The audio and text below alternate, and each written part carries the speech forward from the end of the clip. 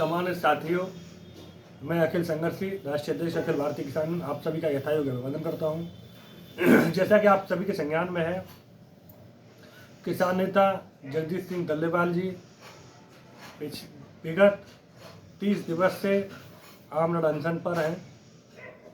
हिंदुस्तान के किसानों के बड़े मुद्दों को लेकर के वो आंदोलन कर रहे हैं।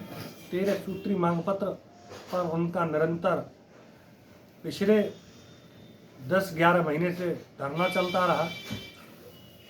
30 दिनों से लगातार आमरण अनशन पर हैं, जिसमें प्रमुख रूप से एमएसपी गारंटी कानून, स्वामीनाथन आयोग की सिफारिशों को लागू कराना, किसानों का कर्जा मुक्त कराना सहित विभिन्न मांगों के लिए वो निरंतर लड़ रहे हैं।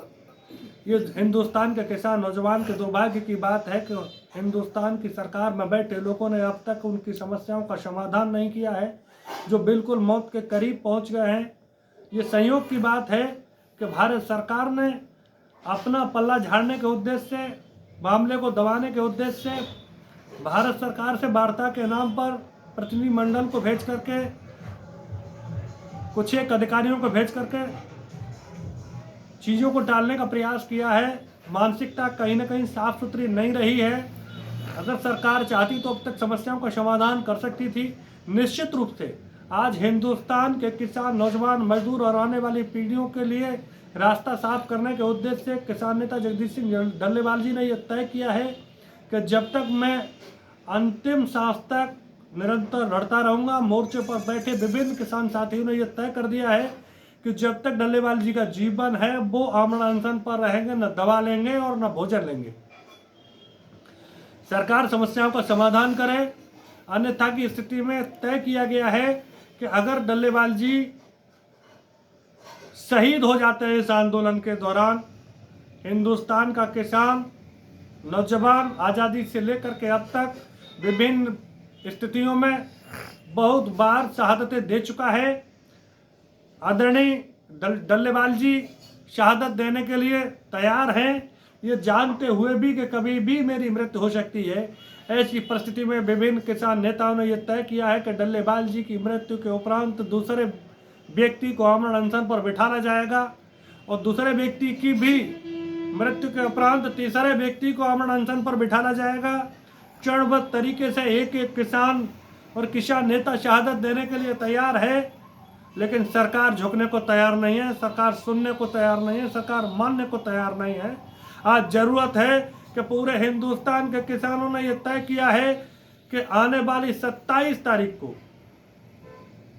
आदरणीय डल्लेवाल जी के समर्थन में विभिन्न संगठनों के साथी प्रातः 10 बजे से अपने अपने जिला मुख्यालयों पर धरना प्रदर्शन आंदोलन करेंगे। राष्ट्रपति के नाम संबोधित ज्ञापन देंगे। जो साथी जिला मुख्यालय पर पहुंचने में असमर्थ हैं, स्वास्थ्य ठीक नहीं है, अव्यवस्थाएं हैं, वो अपनी अपनी तहसीलों में प्रदर्शन करेंगे और वहां से ज्ञापन उप जिलाधिकारी के माध्यम से राष्ट्रपति को भेजने का काम करेंगे। निश्चित रूप से एक महत्वपूर्ण जो बात है वो प्रत्येक किसान, नौजवान तक पहुंचनी चाहिए कि अनशन पर बैठे डल्लेवाल जी ने यह तय किया है कि हमारे मरणोपरांत, शहादत के बाद हमारी डेड बॉडी को तब तक नहीं दफनाया जाएगा, लगाया जाएगा, अंतिम संस्कार किया जाएगा जब तक किसानों की समस्याओं का समाधान नहीं हो जाता। मरने के उपरांत भी डेड बॉडी वही रहेगी। उनके बाद अनशन पर बैठने वाले दूसरे किसान नेता की मृत्यु के उपरांत भी डेड बॉडी वही रहेगी और तीसरे किसान नेता की शहादत के बावजूद भी डेड बॉडी वही रहेगी।